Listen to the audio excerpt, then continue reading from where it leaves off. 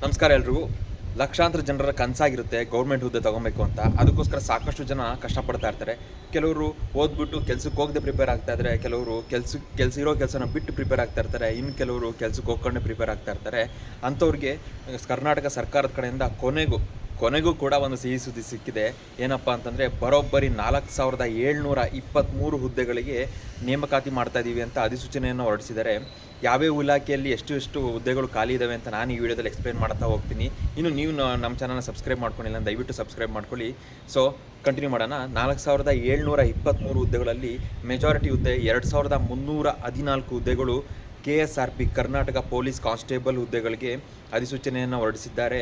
ಇದಕ್ಕೆ ನೀವು cet.online.karnataka.gov.in ವೆಬ್ಸೈಟ್ಗೆ ಹೋಗಿ, ನಾನು ಲಿಂಕ್ ಕೂಡ ಡಿಸ್ಕ್ರಿಪ್ಷನಲ್ಲಿ ಹಾಕ್ತೀನಿ. ಈ ಲಿಂಕಲ್ಲಿ ಹೋಗಿ ನೀವು ಅಪ್ಲೈ ಮಾಡ್ಬೋದು. ಅಲ್ಲಿ ನೋಟಿಫಿಕೇಷನ್ ಕೂಡ ಸಿಗುತ್ತೆ.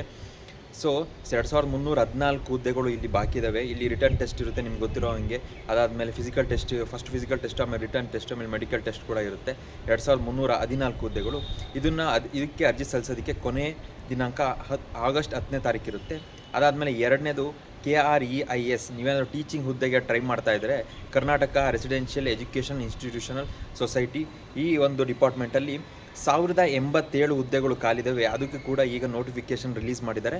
ಸೊ ಅದನ್ನು ಕೂಡ ನೀವು ಹೋಗಿ ಚೆಕ್ ಮಾಡ್ಬೋದು. ಈ ಹುದ್ದೆಗೆ ಅರ್ಜಿ ಸಲ್ಲಿಸಲು ಆಗಸ್ಟ್ 13ನೇ ತಾರೀಕು ಕೊನೆ ದಿನಾಂಕ ಇದೆ. ಇದು ಬಿಟ್ಟರೆ ಇನ್ನು ಲ್ಯಾಂಡ್ ಸರ್ವೆ ಡಿಪಾರ್ಟ್ಮೆಂಟ್ಗೆ ನೀವು ಟ್ರೈ ಮಾಡ್ತಾಯಿದ್ರೆ ಬರೋಬ್ಬರಿ 750 ಹುದ್ದೆಗಳು ಖಾಲಿ ಇದ್ದಾವೆ. ನೀವು ಇದಕ್ಕೆ ಅಪ್ಲೈ ಮಾಡೋದಕ್ಕೆ ಆಗಸ್ಟ್ 7th ಲಾಸ್ಟ್ ಡೇಟ್ ಇದೆ.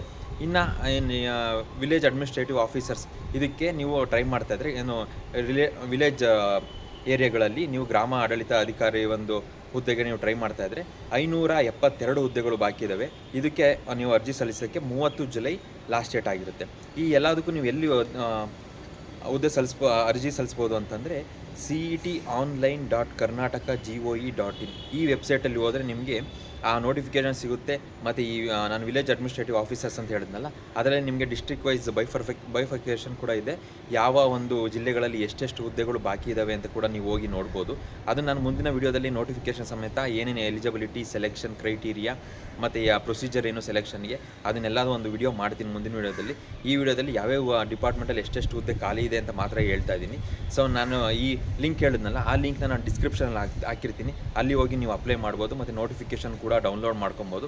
ಮತ್ತು ನನ್ನ ಕಡೆಯಿಂದ 2 ಕಿವಿ ಮಾತು ಏನಪ್ಪ ಅಂತಂದರೆ, ಸಾಕಷ್ಟು ಜನ ಇದಕ್ಕೆ ಟ್ರೈ ಮಾಡ್ತಾ ಇರ್ತೀರಾ ಗೌರ್ಮೆಂಟ್ ಜಾಬ್ಗೆ ಅಂತ.